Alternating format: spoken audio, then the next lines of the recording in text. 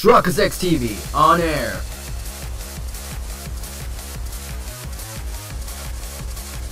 We are now live in 3, 2, 1.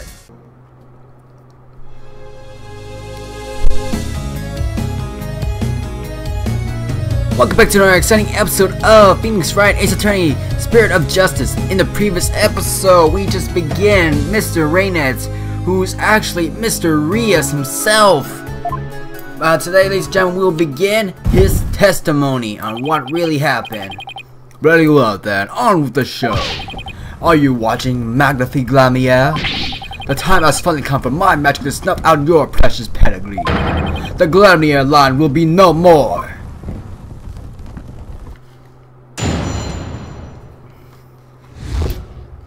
My perfect alibi. I was at a TV station at the time of the Penrose performance. I was busy working on another TV program. I could spare no time for the magic show. Do ask my staff if you doubt my claim. And there it is, a simple perfect alibi. No tricks, no gimmicks, just the truth.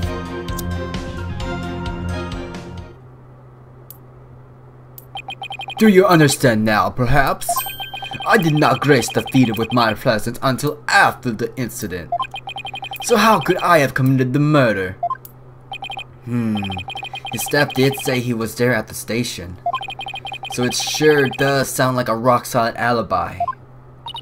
But that can be right. If Mr. Reynolds is the killer, he had to have been at the theater.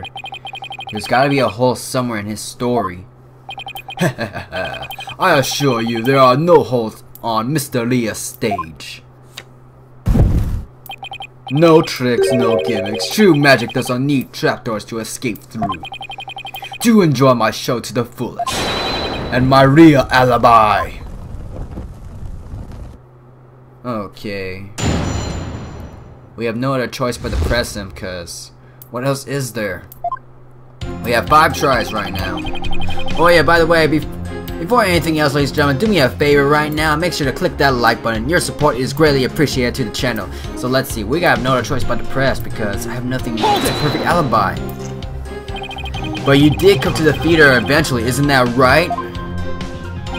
Indeed. Anxious to see how the show was progressing, I made my way to the theater. Let's see. My journey took about 10 minutes by car.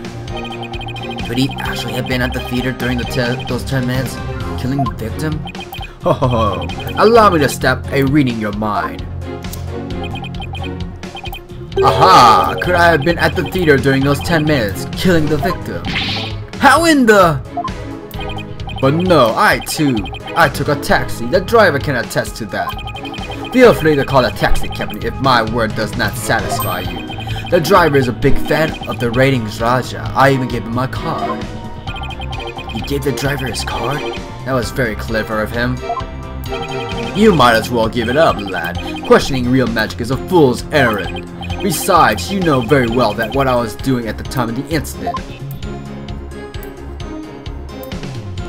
I was busy working on another TV program. I could not spare a magic show. Hold it!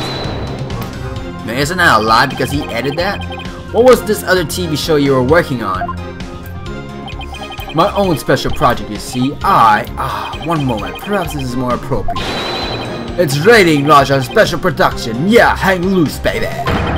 It's called Desperation Regeneration. He switched personas just to say that? What's the show about?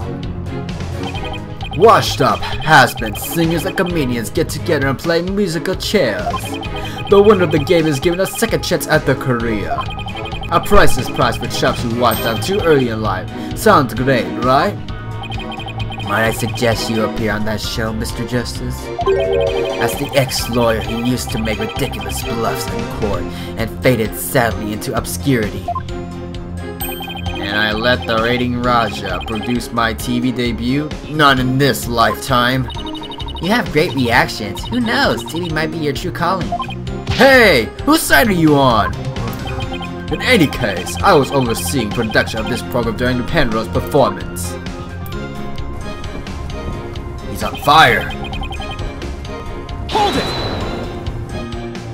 How do we know those staff members aren't in cahoots with you? I make my business to perform solo. My magic has neither need nor want of assistance. After all, one of them could reveal the secrets behind my magic, could they not? So he doesn't trust anybody, huh? He's the complete opposite of Trucy. There were many people there in the studio audience who saw the witness as well. Even if he had been able to persuade his own staff to cover for him, he could not have convinced so many complete strangers to do the same. He really has made a rock-solid alibi for himself. Yeah, it's almost too good, you know? It's eerie how perfect it is. How it's all been revealed to you now? Are we back to square one? And there it is, a simple, perfect alibi. Hold it! I've got it! Do you have a... Oh no, that's just... No. No. No.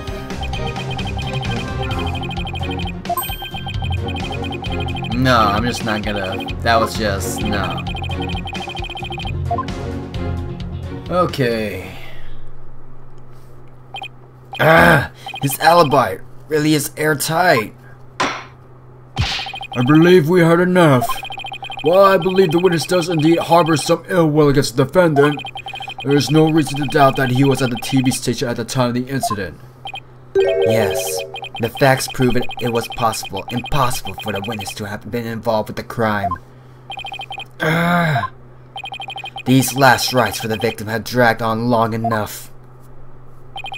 The soul of the victim himself is so bored that it is resting on top of your Honor's head. It is?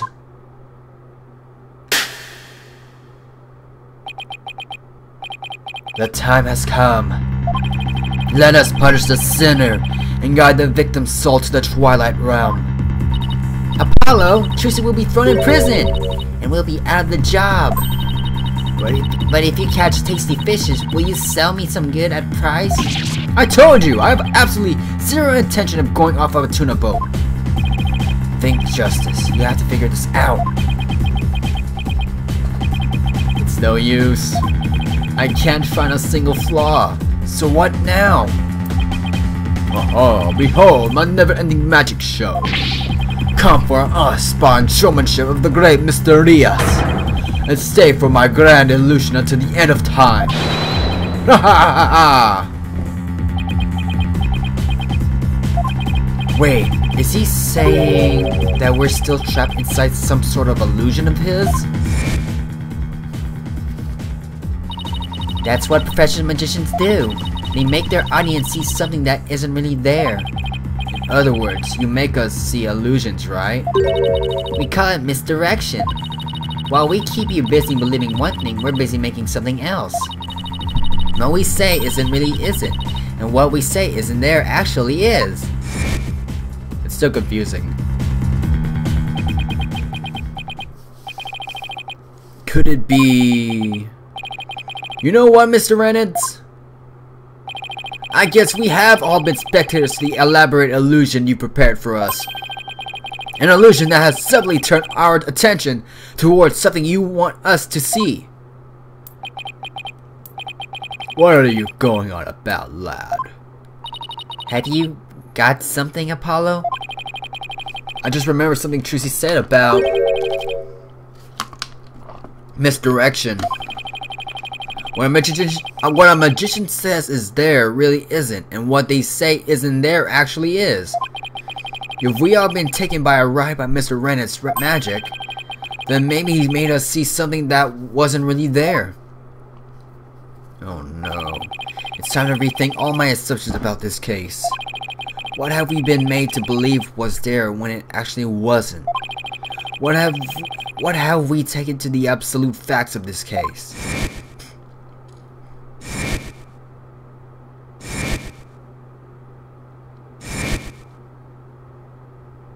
I got nothing. If I reevaluate the validity of all these things, then just maybe, I got nothing. Athena? There's something uncanny about this case. Okay, what is it? Rennett's alibi. It's too perfect. That's true. It's like it's impossible to break no matter how hard we try. But maybe that's the trick. Maybe that's exactly what he wants us to think. I'm not following. We're not making any headway here because we've been so focused on breaking his alibi. Oh, I think I get it. You're saying he's using misdirection on us, right? It's definitely a possibility. Would the defense care to share with everyone what's discussing over there?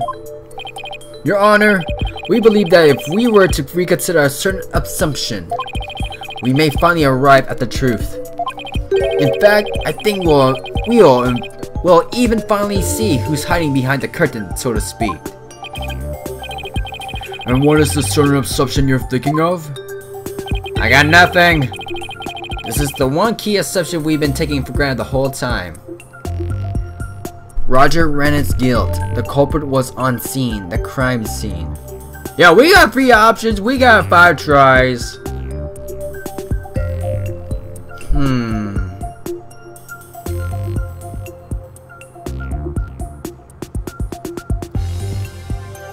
A crime scene? The culprit was on scene. We assumed that he was on scene. We assumed that this was a crime scene? Okay, so what was the flashbacks? The trick? Yeah, I want to look it up, but I want to figure this out on my own. Even though we got 3 tries, I just want to figure it out on my own. One key assumption we've been taking for granted this whole time. Let's look up all this stuff. Let's see. Would the defense care? Let's see. We're not making any headway here because we've been so focused on breaking his alibi. Oh, I think I get it. You're saying he's using misdirection on us? Rennett's alibi is too perfect. Or maybe that's a trick. Maybe that's exactly what he wants to stream. What do you think? What's his alibi again? Was there... What have we been made to believe was there when it actually wasn't? What have we taken to the absolute facts of the case? If I reevaluate the validity of all these things, then just maybe. Okay, let's reevaluate this.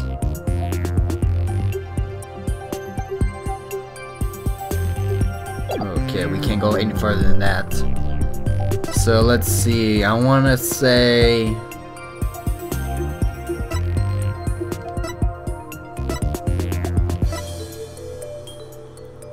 We're trying to say his alibi.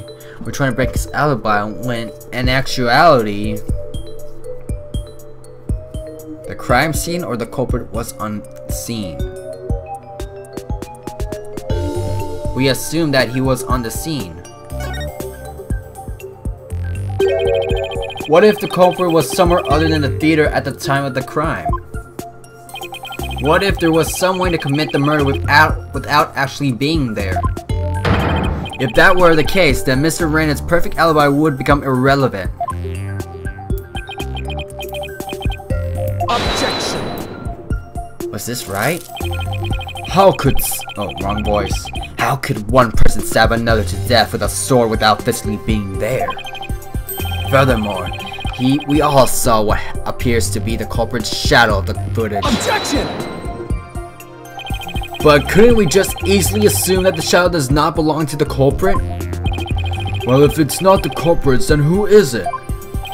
I'm not 100% sure yet, but I'm pretty sure I'm right on track.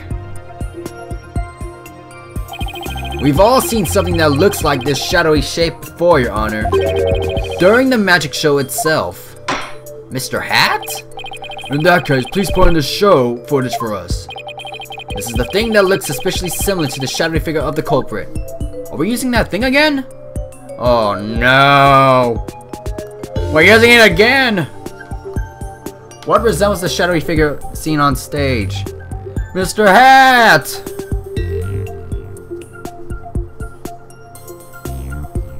Could it be Mr. Hat? Really?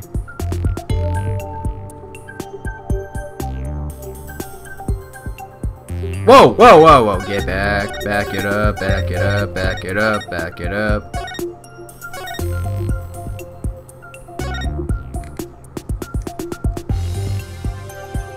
Take that! Mr. Hat! Doesn't this shadow resemble a suspicious shadowy figure? Now that you mention it, it does, doesn't it?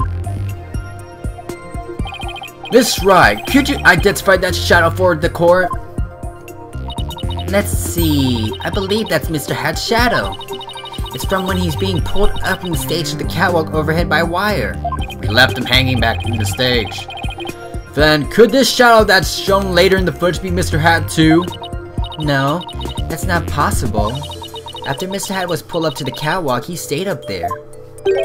In other words, this second shadow is from some other figure being pulled up. Some other figure? I'm afraid you'll need to be more specific than that, Mr. Justice. He's right. We've come this far. I'll just have to figure it out from the clues I have hand. What is the second shadow shown in the oh no. What are our options right now? I got nothing.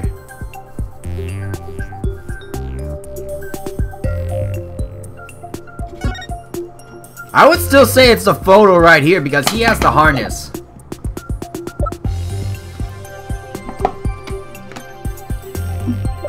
I would say it's the shadow right there. Guardians the rubber sword. Tracy says that she swapped the trick. Like straight up, the only thing that comes to my mind right now is the freaking harness right there. Because you can see there, it's completely. This is my.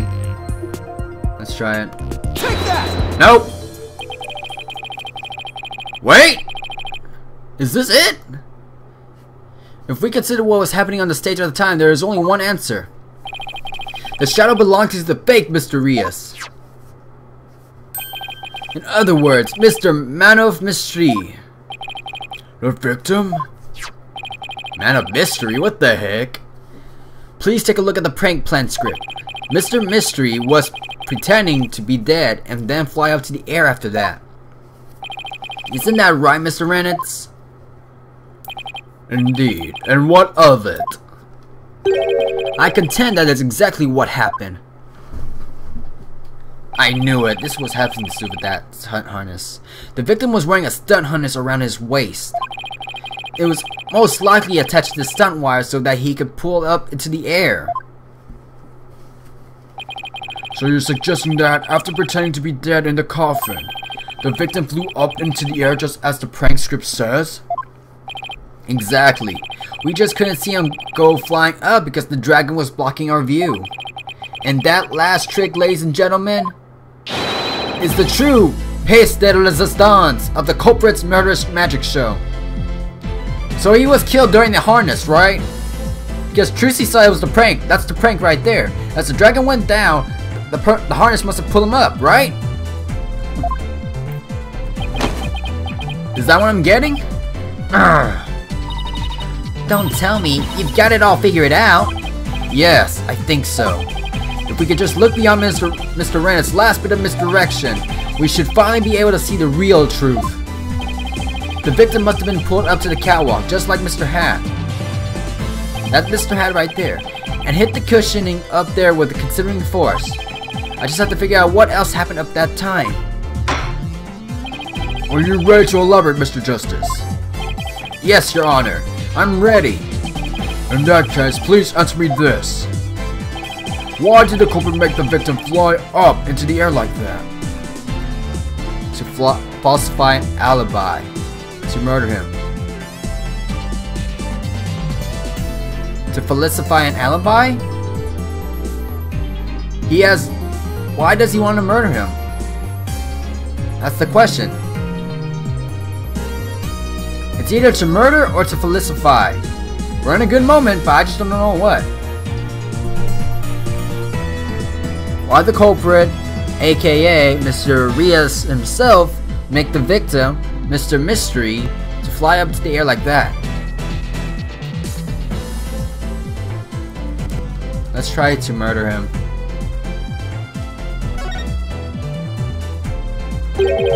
Just why did the culprit have the victim fly up after he appeared in the coffin? And how did the victim actually die? When he was only pretending to be dead in the coffin? If we can figure out how those two questions relate, the answers should come clear. Could it be? Mr. Mystery must have thought it was just still part of the prank when he appeared on stage. He probably didn't suspect a thing as he was being pulled into the air. After Miss Wright was called backstage, just as the set piece fell. But the culprit had already planted the real murder weapon in the cushion in the catwalk. So I was right? It was probably a knife or a blade of some sort. That stabbed him in the back because she stabbed him in the side, so that didn't make sense. What do you mean? Yes, it really was a magical murder. Just as the prank script said, Mr. Mystery was whisked up into the air. And straight into the blade there in the catwalk. It's the real sword. In other words, this murder was committed remotely through the use of a magic trick. What? Remotely? Using this method, it wouldn't matter where Mr. Reus was at the time of death. I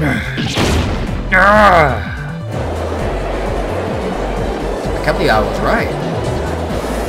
Is this too loud for you guys? I'm not quite too sure. I just saw the volume right now. It's raised up. But how exactly does it work, Mr. Justice?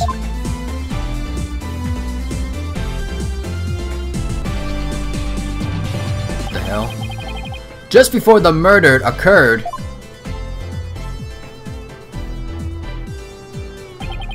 the dragon set piece was up in the catwalk. It was there to disguise it? And it and Mr. Man of Mystery were connected to each other by the wire at the time.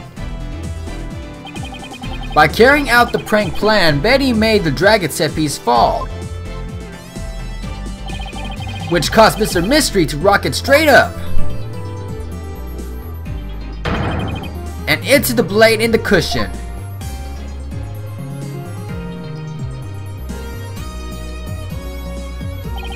The cushion was high up enough to be hidden from the audience's view. That's why nobody saw the blade. Oh, and that big gash in Mr. Hat's cape. The blade must have been set up overhead sometime before the magic show. Mr. Hat must have been slashed by it too when he was pulled up to the cushion. Hold it. I can't believe it. I had no idea. I was told that Trixie would freak out if I made that set piece fall. That's the only reason why I did it. You were used, Betty. Roger Reus used you. Roger Rabbit? I thought he was my little puppet to boss around, but it was the other way around. You're his assistant, for God's sakes. After the incident occurred, Mr. Reus arrived at the theater. He got the murder weapon and swapped the rubber sword with a bloody steel one. That's also when he lowered the victim's body down to the stage. But how did he have time to do all that? When the set piece fell, the audience was evacuated from the building. He was able to do all those things after the fact because there was no one around to see. A horrific murder camouflaged by a spectacular magic show. That sounds like the kind of murder only a magician could pull off. As long as the show proceeded as it scripted, Mr. Mystery was doomed to die. That's why it was you, Mr. Reus, who killed the victim all the way from the TV station. This prank plan, or should I say murder plan, proves you're the murderous intent.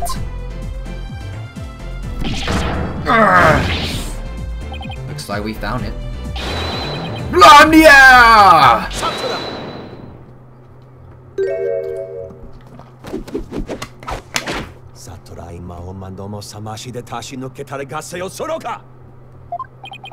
Enough!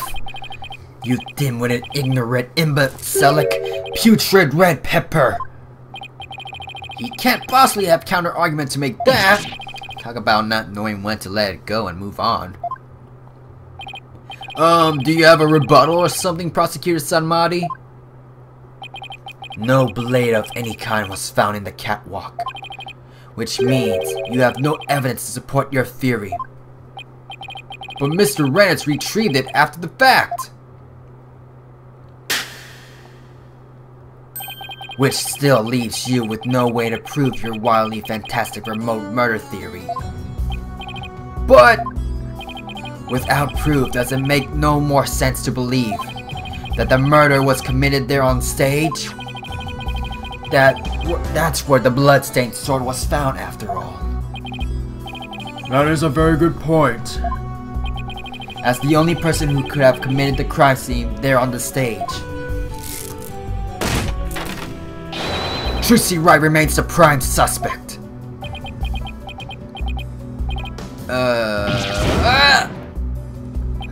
It would appear that you call the truth is little more than a cheap parlor trick.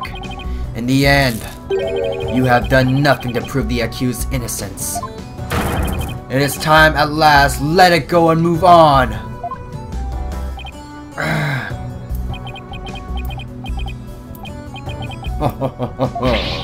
Are you seeing this, magnificent Gravier? My magic is exciting punishment on your granddaughter.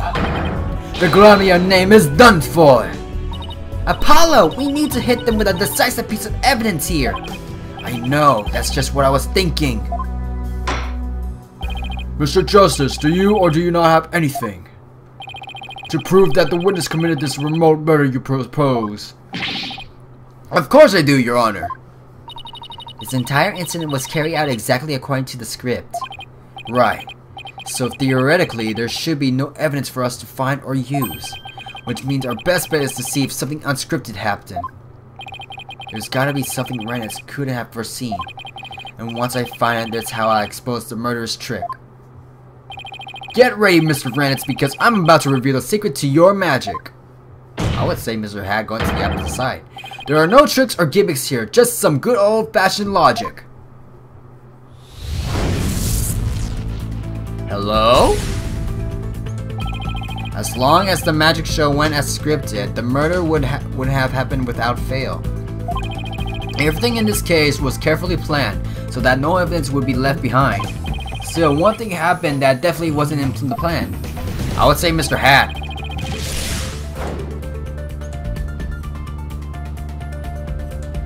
And I would say Bonnie's mistake.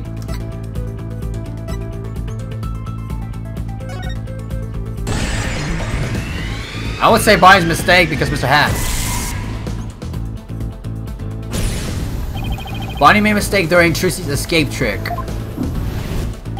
What mistake did Bonnie make during the magic trick? Her life choices, stage the preparation.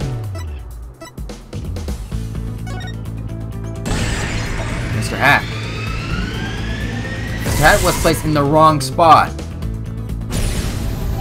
Because Bonnie placed Mr. Hat to the right of the coffin instead to the left, Trixie had to reappear on the side of the coffin opposite to the one of the show's script.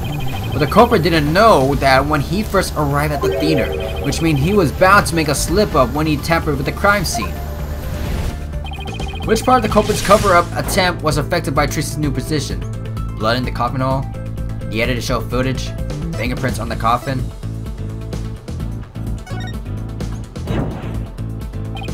No!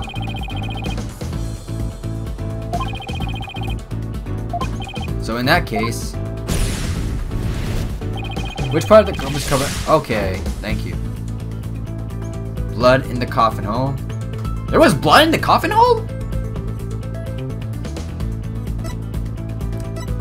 Fingerprints on the coffin? I don't think we found any blood in the coffin hole. No?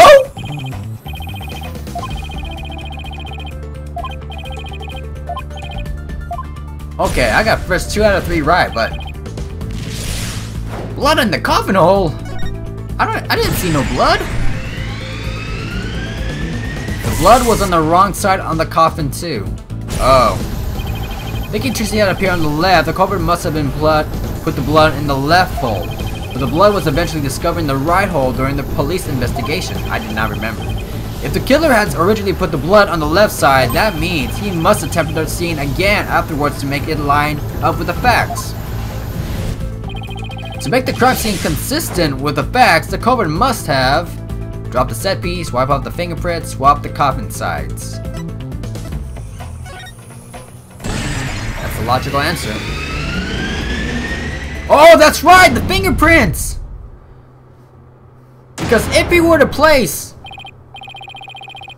Because he was saying before that if he was originally there, his palms, his left will be on the left, his right on the right. But it's the opposite from the freaking sides. There you go. The culprit must have switched the two panels to make the bloodstain fit the facts. But the switch might have also given the rise to something unnatural. I remember now. There was something unnatural about the coffin, and it's just evidence I need. What is it, boy? Sorry, Mr. Renitz, but I have something very conclusive proof of your guilt. Another bluff, is it? There's no way you have anything of that kind. My magic is real. No, there are tricks and gimmicks to it, just like any other illusion. What? After the murder, you switched the left and right panels of the coffin, didn't you? Ugh. And because you did, you left behind something very unnatural for us to find. This proves that Roger Renitz tampered with the crime scene after the murder took place. Alright, let's see. I would say the fingerprints right now. I would say the fingerprints. I would say the fingerprints right now. Prints on side panel, Mr. Reus. Yeah, I would say reverse. Who's this? Take that! The fingerprinting results? What about the fingerprints is unnatural? Let's take a look at the prints the victim left inside the coffin, shall we? If the victim was facing forward in the coffin, his prints should have looked like this. However, what we found was they were facing the opposite direction. It's quite unnatural for the prints to be facing this way, wouldn't you agree?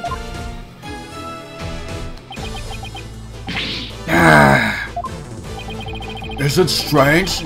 Isn't it? Or how did they get this way?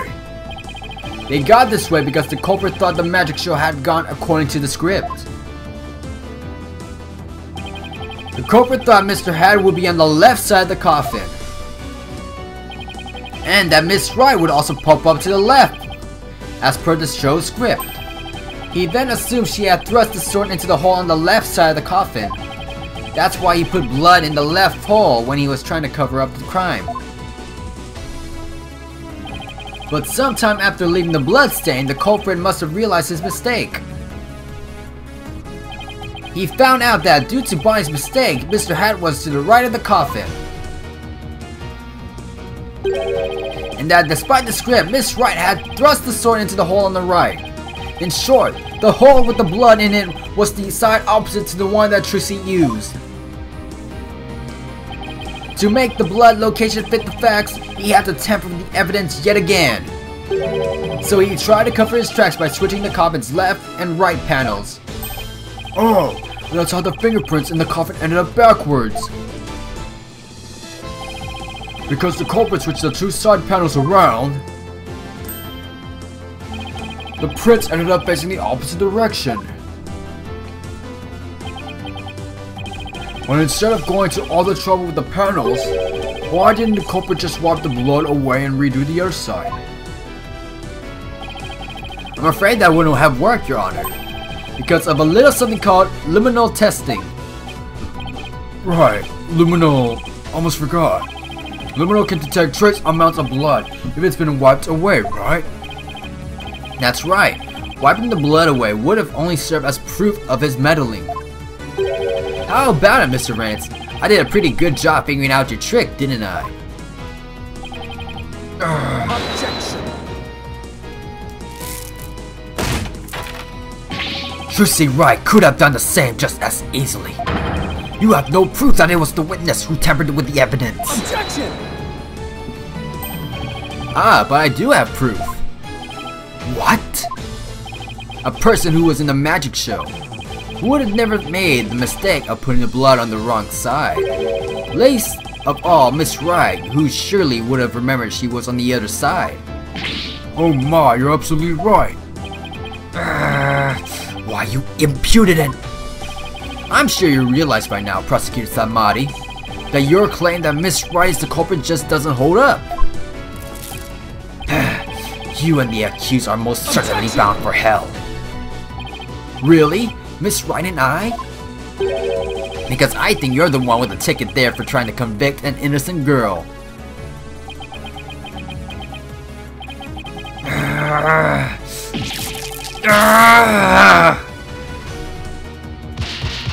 Oh wow. He's done. He's done. Prosecutor Samadi, are you alright? As for the true culprit, he is someone who knew how the show was supposed to go, but didn't actually see it. And someone who had the chance to tamper with the crime scene after the incident. And the only person who fits the bill is you, Roger Reynolds. Gravier! All the secrets to your tricks have been revealed. And with no tricks left, I'm afraid your show has been cancelled. Permanently!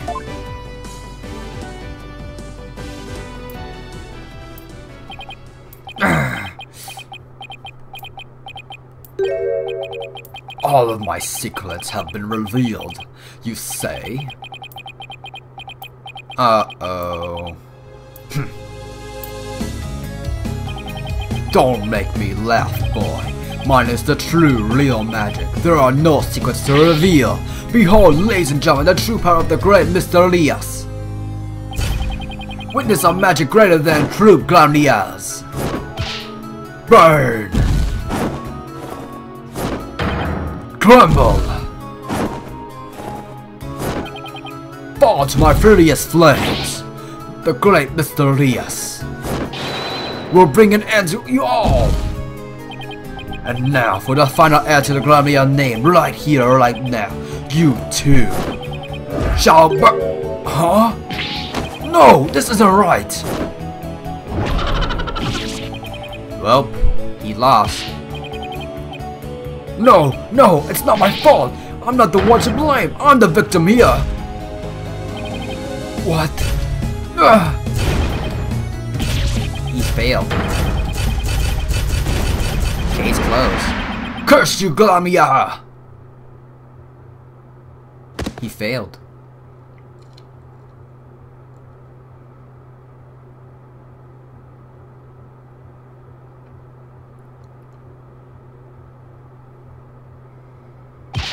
Curse those Glamiers! It's all because of them.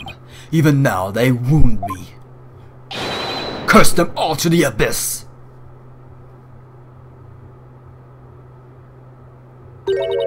Do you really hate us that much? I'm guessing it's her. Does your hatred run that deep? Deep enough to kill an innocent man? You're damn right. You have no idea what humiliations I had to suffer. Your grandfather, Magnific Glamier, kicked me out after I got hurt practicing my magic. He said I was too unskilled, that I would mess up on stage. He threw me out of the troupe just because he was worried about his own reputation.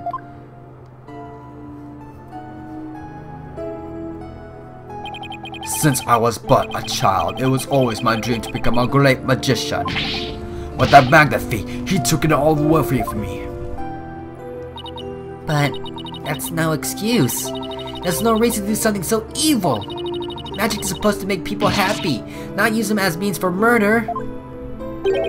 What's the big deal? I just used what I had available to me, that's all. I get it now. That attitude toward magic is why my grandfather kicked you out. You You don't deserve to call yourself a magician. Don't deserve? I don't know about that. After all, you were completely taken in my magic, were you not? If not for that lawyer over there, you would be on your way to prison as we speak. You're right. I didn't see through your tricks. You see, so in the end, True Gravier was defeated by the great Mr. Reus. You're not fit to lecture me from high. Trucy Wright. You don't even deserve to call yourself a magician, you naive greenhorn.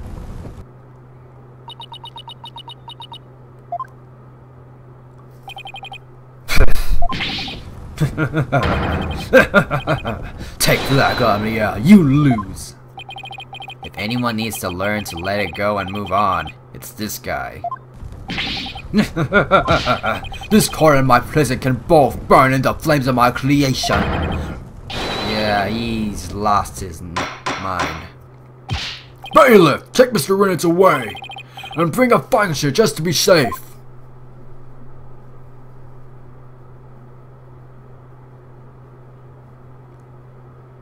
It looks like we've reached the end. I feel as though I've been watching a grand magic show. It was close, but we just barely made it through somehow. Huh? Why does Trucy look so down? Miss Wright, Yes, Your Honor? I'm about to announce my verdict.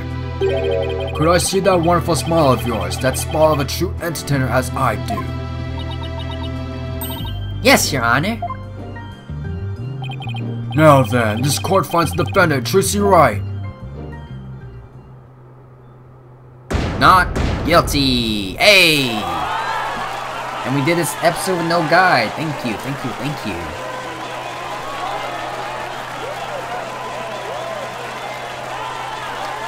Prosecutor.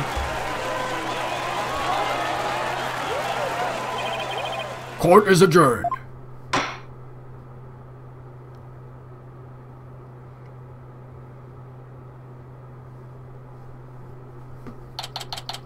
April 28th. District Court. Defense. Defendant Lobby. Number 3. Thank you for everything, Polly. Oh, Trucy, gracias a Dio. Now you can open your show tomorrow, just as planned. Yep, and it's all thanks to you two. Oh, but now that Mr. Reus is gone, I'll need to find something to replace him. I don't like the way she's looking at me. Trucy, I'm so sorry about everything.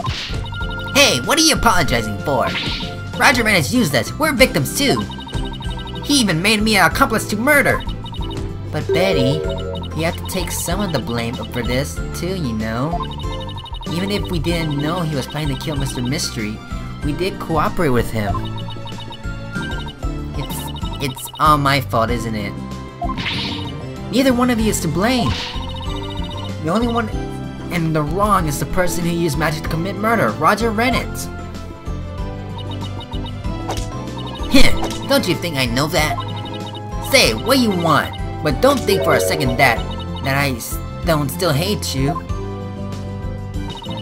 I guess she really does hate me. But Betty, why? You used to be a huge fan of Trucy's. Hey, shut up! I've always hated her. Really? But if we hadn't been Trucy's magic show, we would have never tried to become professional magicians ourselves, right? Speak for yourself! Betty! Shut up!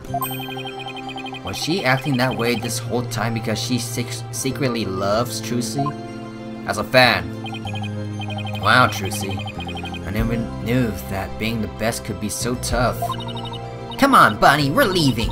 We have to get ready for tomorrow's show. You're really excited about performing with Trucy again, aren't you? That's not true. Zip it, dummy.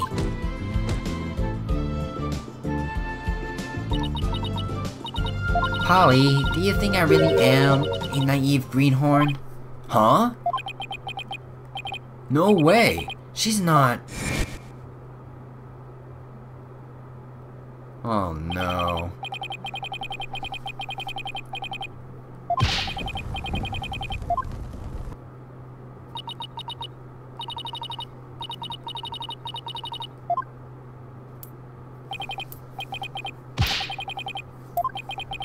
Yeah, I'd rather not talk about this flashback.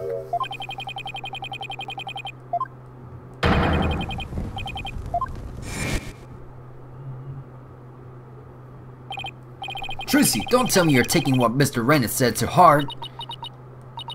Well, maybe a little. I didn't see through his tricks and I let myself be taken in by his magic. I can't trust myself anymore. Maybe he was right to call me a greenhorn.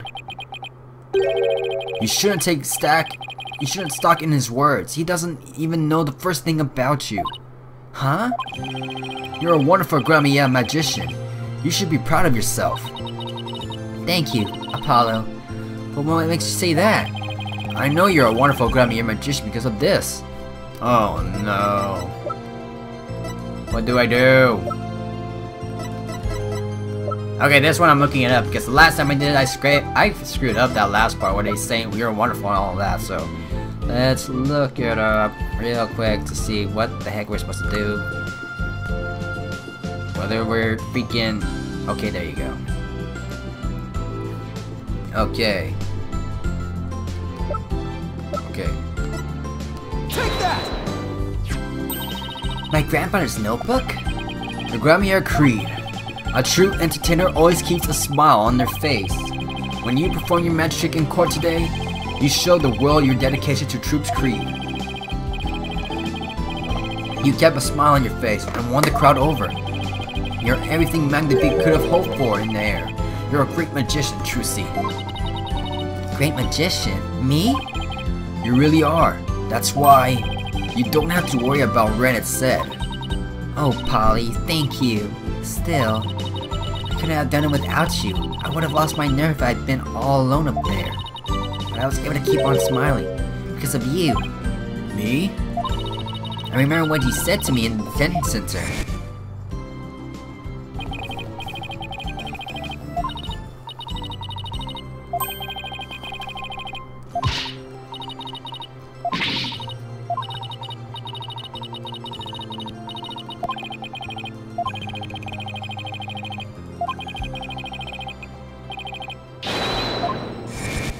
There you go.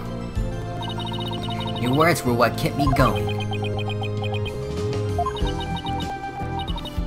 Apollo?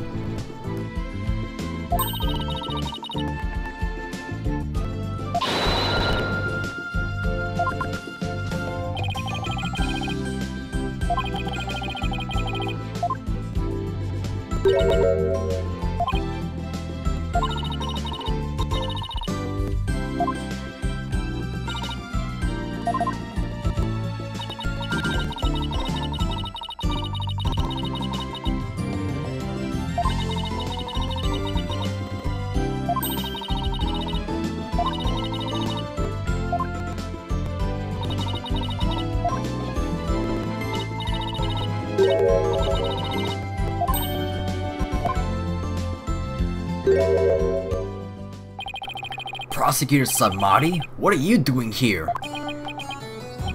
Detective Sky.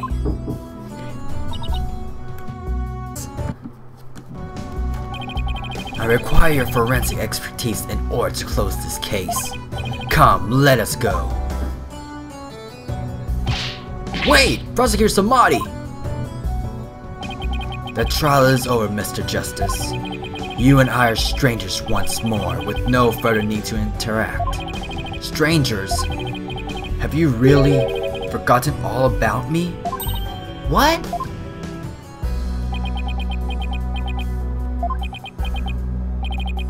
You've really changed, Nayuta. Telling me to let it go and stuff? What happened to you? Oh, lawyer of impure soul. I have nothing to say the likes of you. Are you serious, Nayuta? Now, if you will excuse me.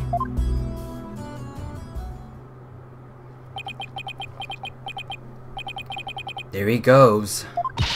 What was that about, Paulo? How do you know Prosecutor Samari?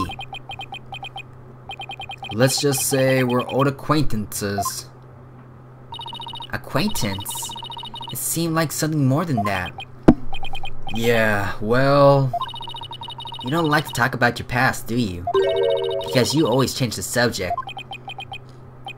I guess I'll have to talk about it someday. But for now, come on, let's forget about the past and celebrate Trixie's future. Sure, if you say so. Hey, it's Mr. Wright. Put him on speakerphone, Apollo.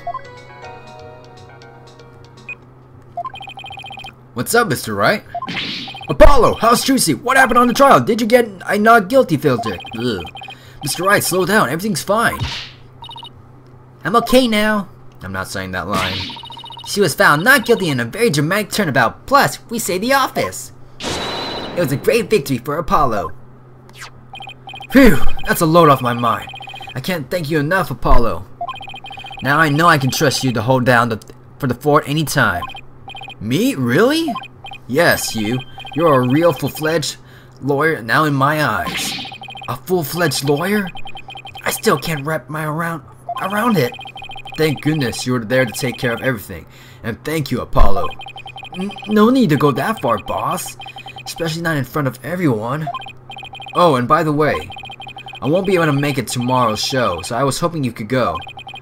You'll do that for me, won't you? Of course! I wouldn't miss it for the world. Full-fledged. So ask you to come tomorrow's show, huh? As my assistant, right? No, he just asked me to go cheer you on. Okay, then I'll be sure to save you the best seat in the house, Polly. The best seat in the house? I really appreciate the thought, bud. Good, then it's settled.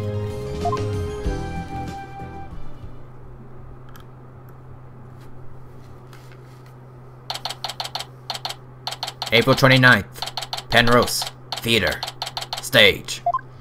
Objection! I should have known.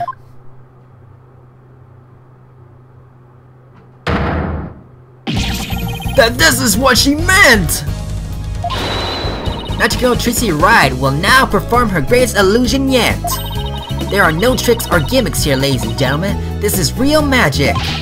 Wait a minute, you're kidding, right? This is a trick or gimmick, right? I'm too young to die. Now then, Mr. Hat, you know what to do with that sword. No, wait, stop! No!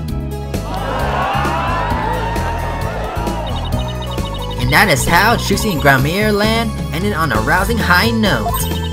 With a big round of applause and Polly's ear-splitting scream. What kind of ending is that?